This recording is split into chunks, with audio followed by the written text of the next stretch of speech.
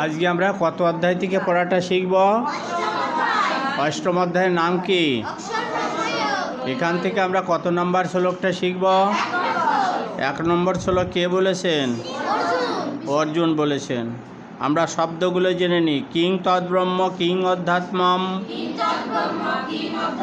King কর্ম পুরুষোত্তম অধিভূতং চ king প্রক্তম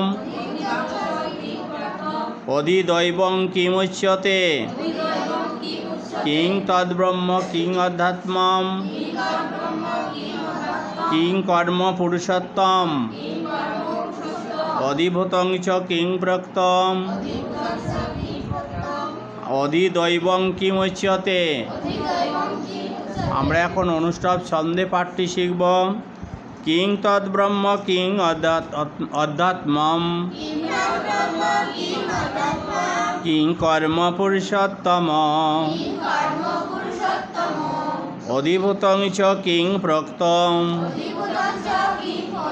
অধিদৈবং কিমুচ্যতে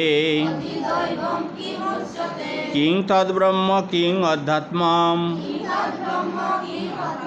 king কর্ম পুরুষোত্তমম অধিভূতং চ কিং প্রক্তম অধিদৈবং কিমুচ্যতে। অর্জুন বললেন,